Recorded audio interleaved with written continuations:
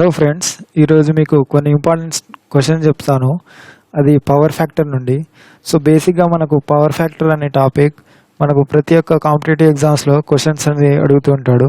So దాంట్లో నుండి ఈరోజు మనం టాప్ 10 క్వశ్చన్స్ అనేది చూద్దాం. సో క్వశ్చన్స్తో పాటు కాన్సెప్ట్ కూడా, అంటే ప్రతి ఒక్క ఆప్షన్ని క్లియర్గా 1 by 1 దాన్ని డీటెయిల్గా చూద్దాం. సో ఫస్ట్ ఆఫ్ ఆల్ మనకు పవర్ ఫ్యాక్టర్ గురించి తెలియాలంటే దానికి కొంచెం ఒక చిన్న ఇంట్రొడక్షన్ అనేది ఇస్తాను. సో ఫస్ట్ మనకు పవర్ ఫ్యాక్టర్ అంటే ఏంటి, మనకు ప్యాసివ్ ఎలిమెంట్స్ అనేవి 3 ఉంటాయి. ఫస్ట్ వన్ వచ్చేసి resistance, inductance and capacitance. So ఇప్పుడు ఈ రెసిస్టెన్స్, ఇండక్టెన్స్ అండ్ కెపాసిటెన్స్ వీటి మధ్య వోల్టేజ్ అండ్ కరెంట్ యొక్క రిలేషన్స్ అండ్ వాటి మధ్యలో ఉండే ఫేజ్ యాంగిల్నే పవర్ ఫ్యాక్టర్ అని చెప్తాం.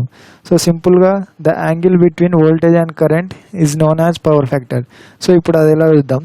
సో ఫస్ట్ వన్ మనం రెసిస్టర్ని కన్సిడర్ చేస్తే, సో ఇప్పుడు ఇది ఒక రెసిస్టర్ అనుకోండి. దీనిలో కరెంట్ అనేది పాజిటివ్ టెర్మినల్లో కరెంట్ అనేది ఎంటర్ అవుతుంది అండ్ నెగిటివ్ టెర్మినల్ నుండి కరెంట్ అనేది లీవ్ అవుతుంది. సో ఇప్పుడు ఇది ఒక దీంట్లో కరెంట్ అనేది ఫ్లో అవుతున్నప్పుడు రెసిస్టెన్స్కి ఒక వోల్టేజ్ అనేది ఉంటుంది. సో ఇది అదే ఇప్పుడు దీనికి ఒక బ్యాటరీ అనేది కనెక్ట్ చేసామనుకోండి, పాజిటివ్ టు నెగిటివ్. సో ఎప్పుడైనా బ్యాటరీలో కరెంట్ అనేది నెగిటివ్ టు పాజిటివ్ అనేది వెళ్తుంది. అదే రెసిస్టెన్స్ కండిషన్లో కరెంట్ అనేది పాజిటివ్ టెర్మినల్ ఎంటర్ అయ్యి నెగిటివ్ టెర్మినల్ నుండి కరెంట్ అనేది లీవ్ అవుతుంది. సో ఇప్పుడు ఇలా లీవ్ అయ్యేదని దీన్నేమో ప్యాసివ్ ఎలిమెంట్స్ అని చెప్తాం. అదే ఇప్పుడు యాక్టివ్ సోర్స్. సో మిమ్మల్ని ఎప్పుడైనా అడుగుతారు, సో యాక్టివ్ సోర్స్ అంటే ఏంటని. సో యాక్టివ్ సోర్స్ అది nothing but voltage source and current source, దీన్నేమో యాక్టివ్ ఎలిమెంట్స్ అని చెప్తాము. అండ్ అదే ప్యాసివ్ ఎలిమెంట్స్ వచ్చేసి దీస్ 3 RLCని ప్యాసివ్ ఎలిమెంట్స్ అని చెప్తాము. సో ఇవేమో ప్యాసివ్ ఎలిమెంట్స్ అనమాట. సో ఇప్పుడు వీటి యొక్క వోల్టేజ్ అండ్ కరెంట్ యొక్క రిలేషన్ డిపెండ్స్ చేసుకుని పవర్ ఫ్యాక్టర్ అనేది డిపెండ్స్ అయి ఉంటుంది. సో ఇప్పుడు అది ఎలాగో ఇప్పుడు రెసిస్టర్ కేసులో చూద్దాం. సో ఇప్పుడు ఇది ఒక వేవ్ ఫామ్ అనుకోండి, simply it's a voltage. So ఇప్పుడేమో 0 నుండి వోల్టేజ్ అనేది స్టార్ట్ అయింది and current also will start from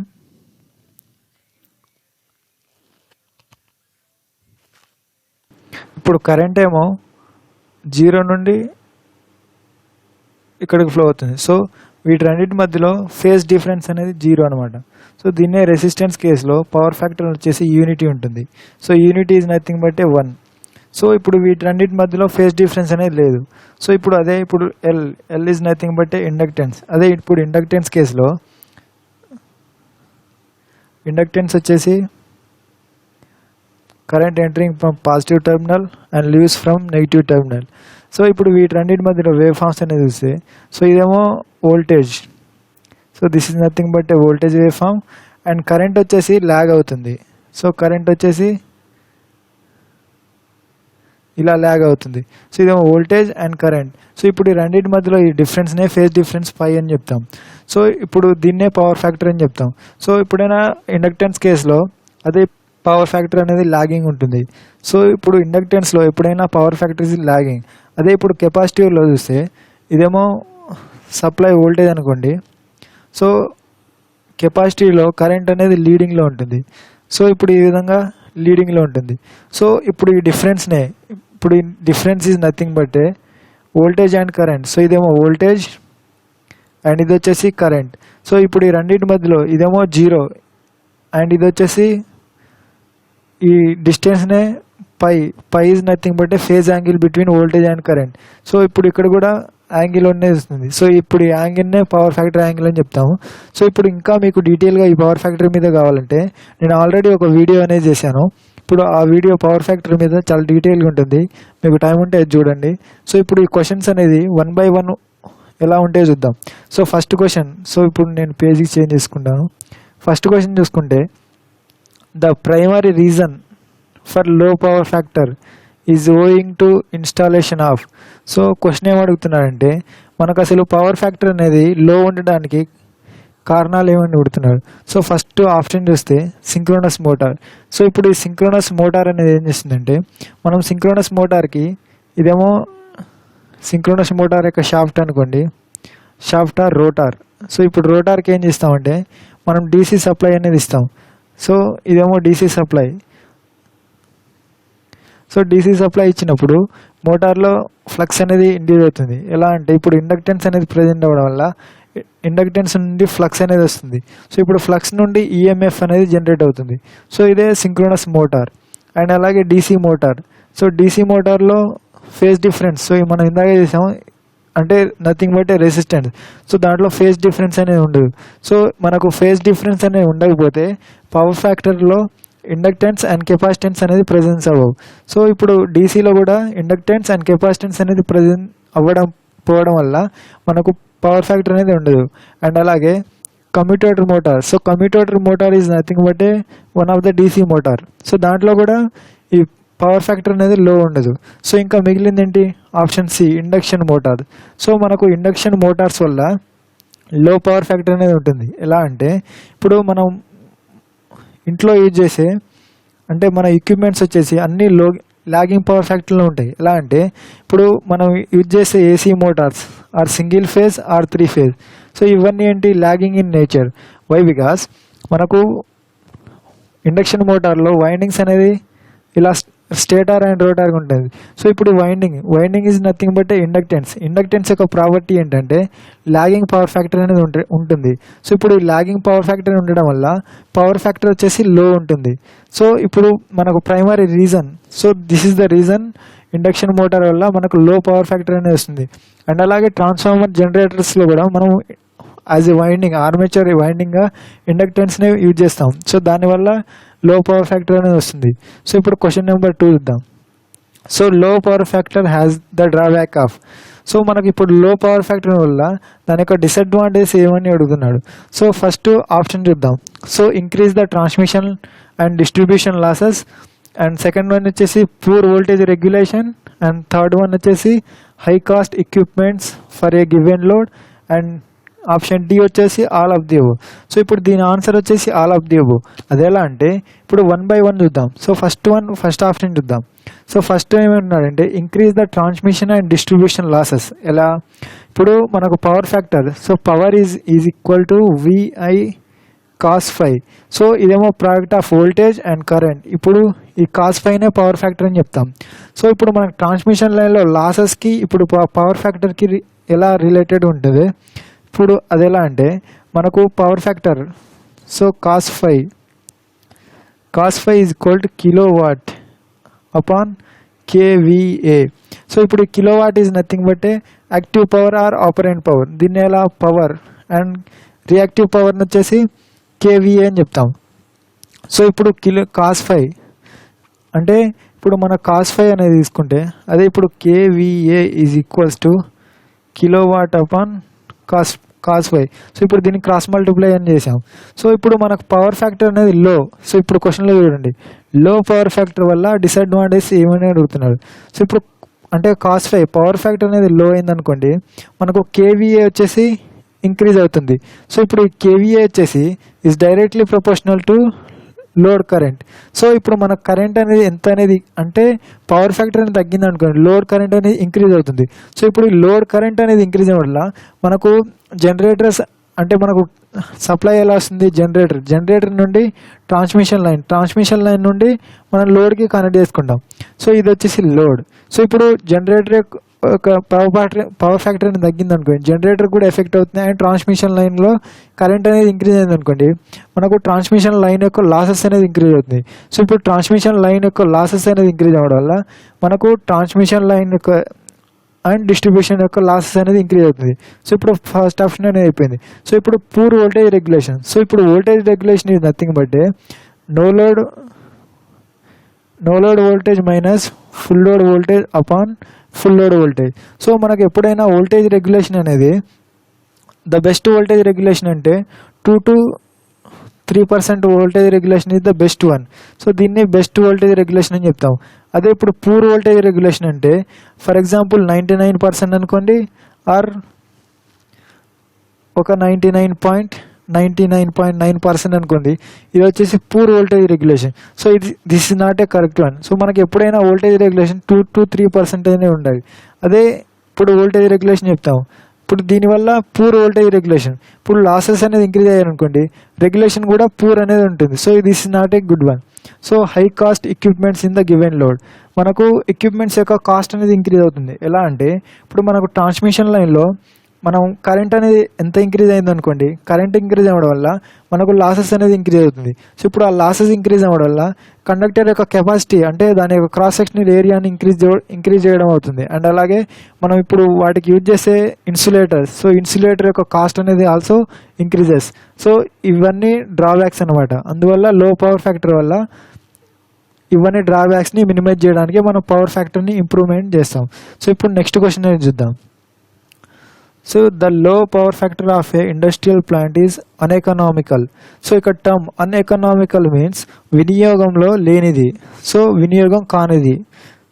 అంటే ఇప్పుడు మనకు లో పవర్ ఫ్యాక్టర్ ఉండడం వల్ల ఇండస్ట్రియల్ ప్లాంట్స్కి ఏ విధంగా ఎఫెక్ట్ అవుతుందో చూద్దాం. సో ఫస్ట్ ఆప్షన్ చూస్తే electrical supply utility only. So ఇక్కడ యూటిలిటీ అంటే వినియోగంలో ఉన్నది. అండ్ ఇప్పుడు owner of the plant only అంటే ఒక ఓనర్కి మాత్రమేనా అంటే ఓనర్ అంటే ఈజ్ నథింగ్ బట్ మన పవర్ని ఎవరైతే జనరేట్ చేస్తున్నారో వాళ్ళని ఓనర్స్ అని చెప్తాము. అండ్ పవర్ని ఎవరైతే యూటిలైజ్ చేసుకున్నారో వాళ్ళనేమో లోడ్ అని చెప్తాం.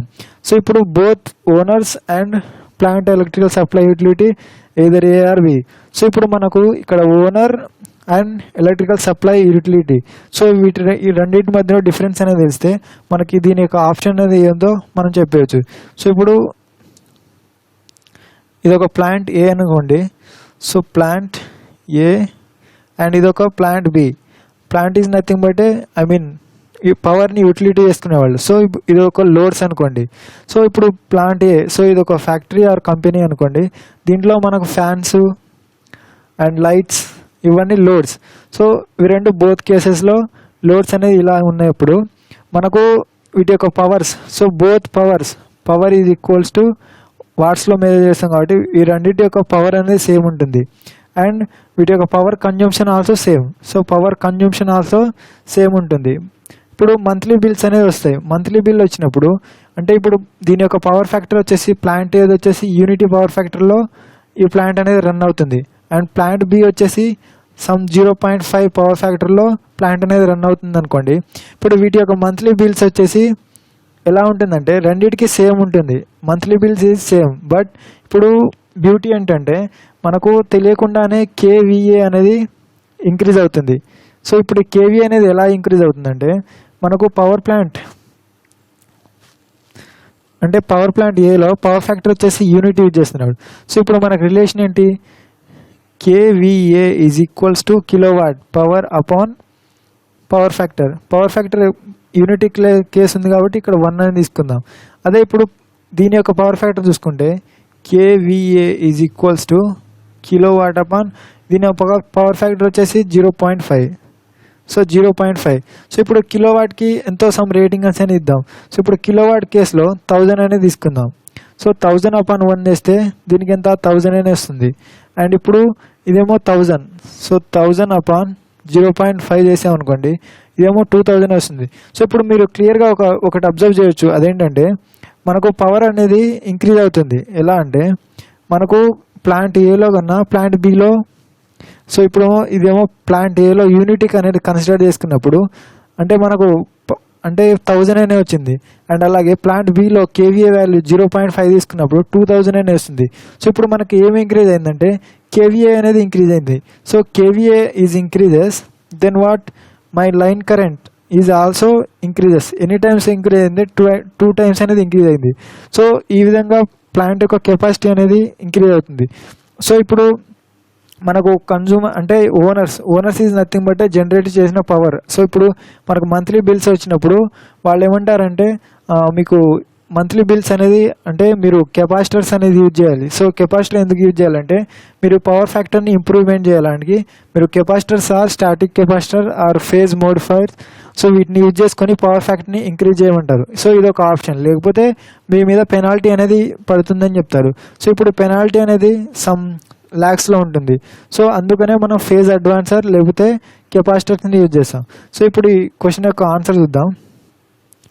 సో ఇప్పుడు లో పవర్ ఫ్యాక్టర్ ఇండస్ట్రియల్ ప్లాంట్స్ దేని చెప్పండి అంటే బోత్ ఓనర్. సో ఇదేమో ఓనర్ కూడా ఎఫెక్ట్ అవుతుంది. ఓనర్కి ఎలా ఎఫెక్ట్ అవుతుంది అంటే ఇప్పుడు మనం జనరేట్ చేసిన పవర్ని ట్రాన్స్మిట్ చేయడానికి ట్రాన్స్మిషన్లో కరెంట్ అనేది ఇంక్రీజ్ అయింది అనుకోండి. So if my current is increase losses also increase. So ఈ విధంగా ఓనర్ కూడా ఎఫెక్ట్ అవుతుంది. అండ్ అలాగే యుటిలిటీ అంటే మనం ఇప్పుడు లోడ్ అనేది కన్జ్యూమర్ చేసుకుంటాడు కాబట్టి ఇప్పుడు కన్జ్యూమర్ కూడా ఎఫెక్ట్ అనేది అవుతుంది. ఎలా అంటే అతని యొక్క కేవీఏ అనేది ఇంక్రీజ్ అవ్వడం వల్ల బోత్ యుటిలిటీ అండ్ ఓనర్స్ ఇద్దరికి ఎఫెక్ట్ అవుతుంది. సో ఇప్పుడు దీని ఆన్సర్ వచ్చేసి సి. సో నెక్స్ట్ క్వశ్చన్ చూద్దాం. For a consumer the most economical power factor is usually. So ఇక్కడ ఎకనామికల్ అంటే ఆర్థిక means it's a financial. So which one is the best one to power factors అంటే first option 0.25 to 0.5 lagging. So this is not correct one. Why? Because మనకు power factor అనేది ఎప్పుడు 0.85 to 0.95 లాగింగ్లో ఉండాలి. So option C వచ్చేసి correct. So ఇప్పుడు అదే B option చూస్తే leading కేసులో ఉంది. So this is not a correct. Leading కేసులో ఉండొద్దు, మనకు లాగింగ్ కేసులోనే ఉండాలి. అండ్ మీకు ఇలా 0.85 0.95 కాకుండా కొన్ని ఎగ్జామ్స్లో ఎలా ఇస్తారంటే 0.8 to 0.9 లాగింగ్ అని ఇస్తాడు. సో ఇలా 0.85 to 0.95 అన్న 0.8 to 0.9 లాగింగ్ అన్న బోత్ ఆర్ కరెక్ట్. సో ఇప్పుడు దీని ఆప్షన్ వచ్చేసి సి వచ్చేసి కరెక్ట్ వన్. సో ఇప్పుడు నెక్స్ట్ క్వశ్చన్ చూద్దాం. The power factor can be improved by using. So ఇప్పుడు పవర్ ఫ్యాక్టర్ని ఏ విధంగా ఇంప్రూవ్ చేయాలి? సో ఇప్పుడు దీనికి ఆప్షన్ వచ్చేసి all of the above. So ఇప్పుడు ఈ మూడు కరెక్టే అనమాట. సో ఇప్పుడు అది ఎలా అంటే first one by one option ఇద్దాం. ఫస్ట్ వన్ వచ్చేసి స్టాటిక్ కెపాసిటర్. సో ఇప్పుడు ఈ స్టాటిక్ కెపాసిటర్ అంటే ఏంటంటే మనకు కెపాసిటర్స్ అన్ని యూజ్ చేసుకొని పవర్ ఫ్యాక్టర్ని ఇంప్రూవ్ చేస్తాం. అదేలా ఇప్పుడు మనకి ఇందాక ప్రీవియస్ కేసులో చూసినప్పుడు పవర్ ఫ్యాక్టర్ అనేది ఎప్పుడు యూనిటీగా ఉంటే మనకు బెస్ట్ రిజల్ట్ అనేది ఇస్తుంది. సో ఇప్పుడు అది బెస్ట్గా ఇవ్వాలంటే మనం స్టాటిక్ కెపాసిటర్స్ అనేది యూజ్ చేస్తాం. సో ఇప్పుడు ఆ స్టాటిక్ కెపాసిటర్స్ అనేది ఎలా ఉంటుందంటే మనకు ట్రాన్స్మిషన్ లైన్స్లో అంటే కెపాసిటర్ వచ్చేసి సిరీస్లో కనెక్ట్ చేస్తాం. సో ఇప్పుడు ఆ కెపాసిటర్ కనెక్ట్ చేయడం వల్ల మనకు యూజ్ ఏంటంటే excel is nothing but inductive reactance or ఇండక్టర్స్ని రెడ్యూస్ చేస్తుంది by using capacitors is connected in which case సిరీస్లో. అదే ఇప్పుడు కెపాసిటర్స్ని ప్యారలల్లో కనెక్ట్ చేస్తాం. సో ఇప్పుడు అది ఎలా అంటే ఇదేమో ఒక 3 phase లోడ్ అనుకోండి. సో ఇది ఒక 3 phase లోడ్కి మనం కెపాసిటర్స్ అనేవి కనెక్ట్ చేయాలి. సో ఇప్పుడు ఆ కెపాసిటర్ కనెక్షన్ వచ్చేసి 2 typesలో ఉంటుంది. ఒకటేమో స్టార్ ఉండొచ్చు అండ్ ఇంకోటి డెల్టా ఉండొచ్చు. మోస్ట్లీ కెపాసిటర్స్ వచ్చేసి మనం డెల్టా కేసులోనే కనెక్ట్ చేస్తాం. సో ఇప్పుడు ఈ విధంగా కెపాసిటర్ని కనెక్ట్ చేస్తాం. సో ఇంకో ఫేజ్కి ఇలా కెపాసిటర్ని కనెక్ట్ చేస్తాం. సో ఇప్పుడు కెపాసిటర్ వచ్చేసి లోడ్కి నియర్ అని కనెక్ట్ చేస్తాం. వై? బికాస్ మనకు సప్లై అనేది అంటే మనం లోడ్ ఎక్కడైతే యూజ్ చేస్తామో సో ఇది ఒక లోడ్ అనుకోండి. సో ఇప్పుడు ఈ లోడ్కి నియర్ అంటే ఇన్ ప్యారలల్లో ఒక కెపాసిటర్ అనేది కనెక్ట్ చేస్తాం. సో ఇప్పుడు ఈ కెపాసిటర్ ఏం చేస్తుందంటే to provide the KVR reactive పవర్ని ప్రొవైడ్ చేస్తుంది. ఇప్పుడు ఈ రియాక్టివ్ పవర్ సో ఇప్పుడు మనకు ఇటు నుండి వచ్చే సప్లై సమ్ ఎగ్జాంపుల్ ఒక I0 అనే కరెంట్ అనుకోండి. కరెంట్స్ అనేది 2 partsలో డివైడ్ అవుతుంది. ఇదేమో IL కరెంట్ అండ్ ఇది వచ్చేసి IC కరెంట్. ఇలా కెపాసిటర్ని ప్యారలల్లో కనెక్ట్ చేస్తాం. సో ఇప్పుడు ఈ కెపాసిటర్ ఏం చేస్తుందంటే to improve the power factor. So ఇవంతా పవర్ ఫ్యాక్టర్ అనేది ఇంప్రూవ్ అయితే మనకు లోడ్ వచ్చేసి అంత మంచిగా ఉంటుంది.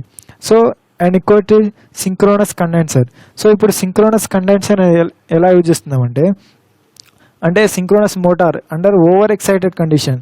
సో ఓవర్ ఎక్సైటెడ్ కండిషన్లో మీరు సింక్రోనస్ జనరేటర్ ఆ మోటార్ గురించి చదువుకొని ఉంటే అక్కడ ఒక టర్మ్ అని వస్తుంది. అది ఏంటంటే ఈబీ అంటే back EMF is greater than supply voltage. అంటే ఈ కేసులో అంటే synchronous condenser is nothing but synchronous motor is work on as a capacitor. అది కెపాసిటర్గా పనిచేస్తుంది. సో ఇప్పుడు ఆ మోటార్ ఏం చేస్తుందంటే లీడింగ్ పవర్ని ఇస్తుంది. So leading power is delivered on motor. So ఇది ఒక కేసు అనమాట. అండ్ ఇంకోటి వచ్చేసి ఫేజ్ అడ్వాన్సర్. సో ఇప్పుడు ఫేజ్ అడ్వాన్సర్స్ ఎక్కడ యూజ్ చేస్తామంటే మనకు ఇండక్షన్ మోటార్స్లో సింగిల్ ఫేజ్ ఇండక్షన్ మోటార్స్ అనేవి ఉంటాయి. సో మనం బేసిక్గా ఫేజ్ అడ్వాన్సర్ వచ్చేసి సింగిల్ ఫేజ్ ఇండక్షన్ మోటార్స్లో యూజ్ చేస్తాం.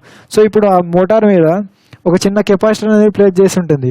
సో ఇప్పుడు ఆ కెపాసిటర్ ఏం చేస్తుందంటే it works on a phase advancer. ఆ phase advancer is nothing but ఒక ఫేజ్ నుండి ఫేజెస్ని స్ప్లిట్ చేస్తుంది. సో దాన్నే ఫేజ్ అడ్వాన్సర్ అని చెప్తాం.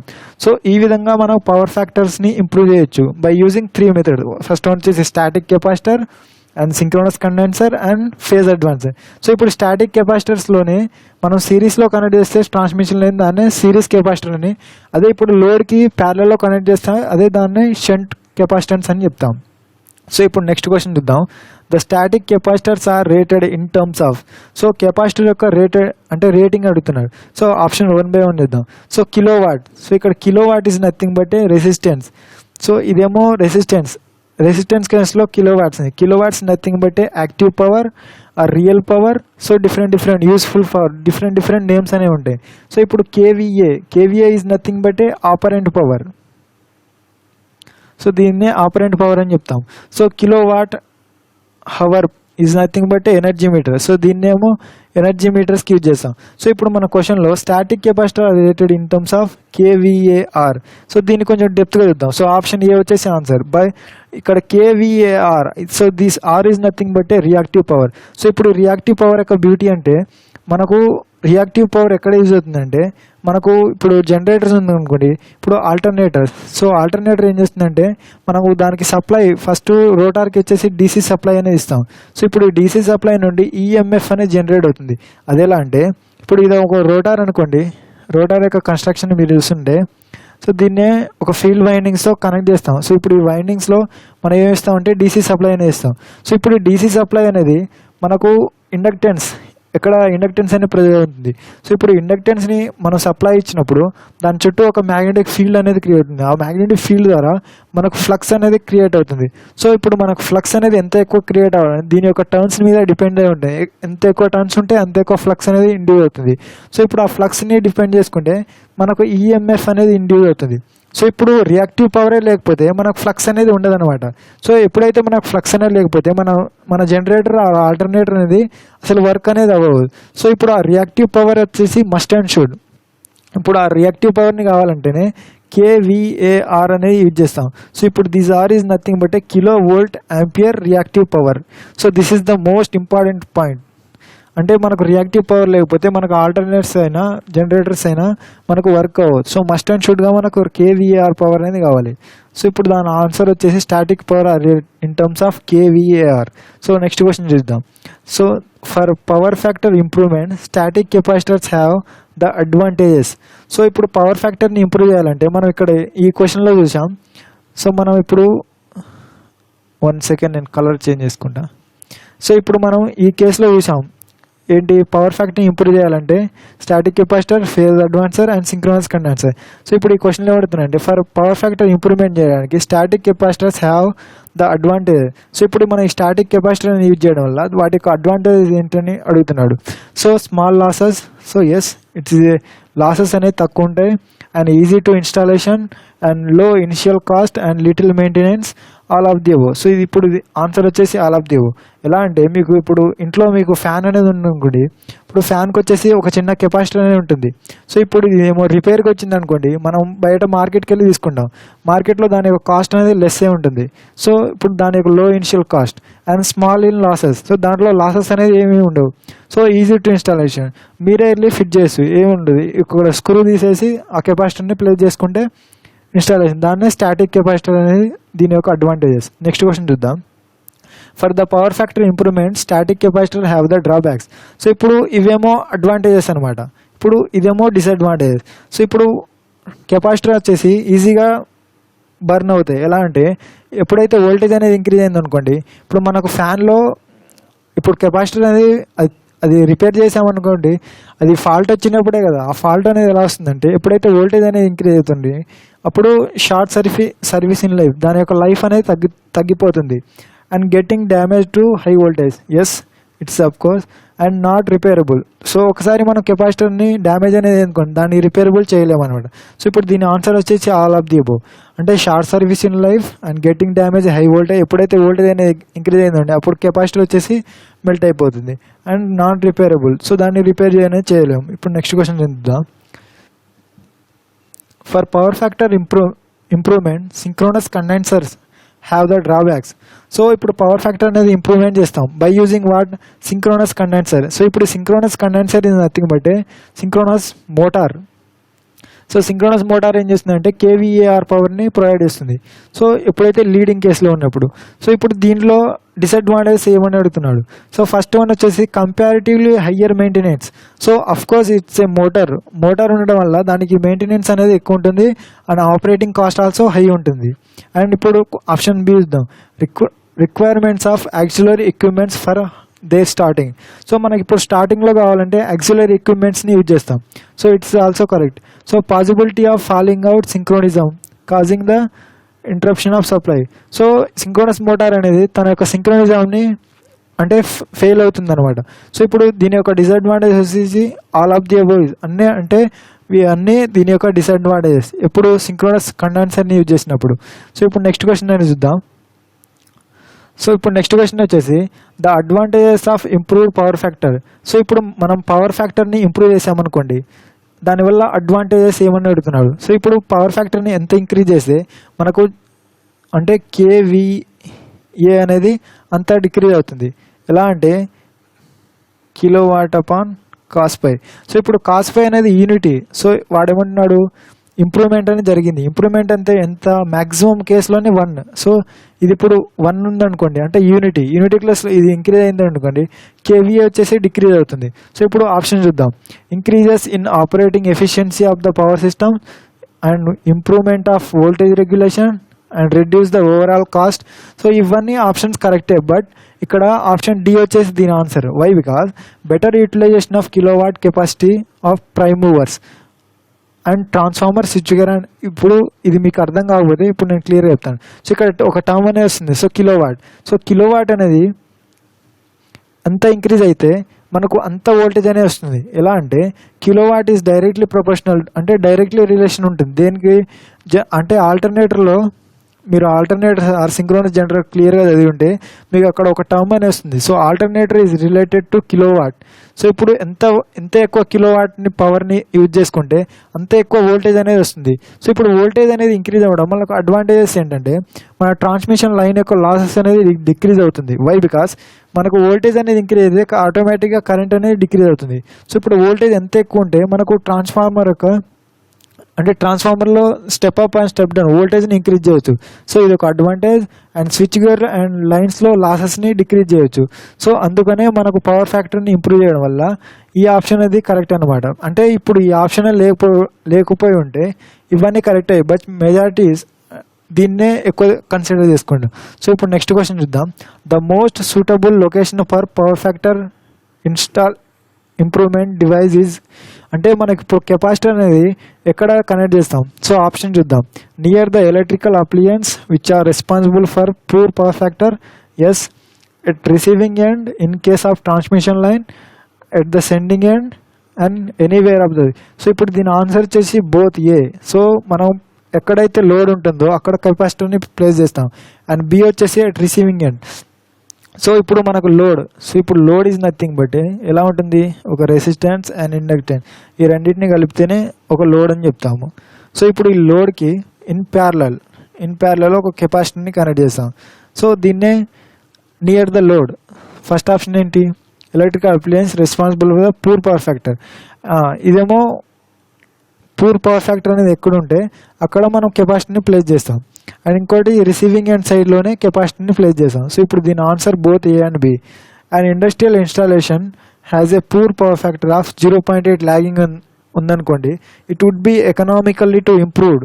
సో ఇప్పుడు ఇందాక నేను చెప్పాను 0.8 టు 0.9. సో ఇప్పుడు లాగింగ్ కండిషన్లో ఉంటుంది. 0.8 ఉందనుక ఆటోమేటిక్గా 0.95 లాగింగ్ అనే ఉంటుంది. సో ఇప్పుడు ఆన్సర్ వచ్చేసి సి. ఇప్పుడు నెక్స్ట్ క్వశ్చన్ చూద్దాం. The most economical limit of power factor correction is governed by.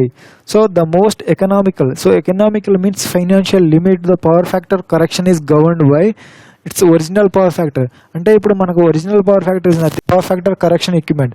మనం పవర్ ఫ్యాక్టర్ని ఇంప్రూవ్ ఏదో విధంగా చేసుకొని మన యొక్క క్వాలిటీ ఆఫ్ పవర్ని ఇంక్రీజ్ చేసుకోవాలి. అలా చేసుకోవాలంటే మనం ఎక్విప్మెంట్స్ అనేది యూజ్ చేసుకొని దాని యొక్క పవర్ ఫ్యాక్టర్ని కరెక్ట్ చేసుకొని మనం మంచిగా యూజ్ చేసుకోవాలి. సో ఇప్పుడు ఆప్షన్ బి వచ్చేసి దీని ఆన్సర్ అనమాట. So thank you for watching this video friends. And మీకు ఇంకా ఎలాంటి డౌట్స్ ఉన్నా కింద కామెంట్ చేయండి. And please subscribe for this channel. Thank you.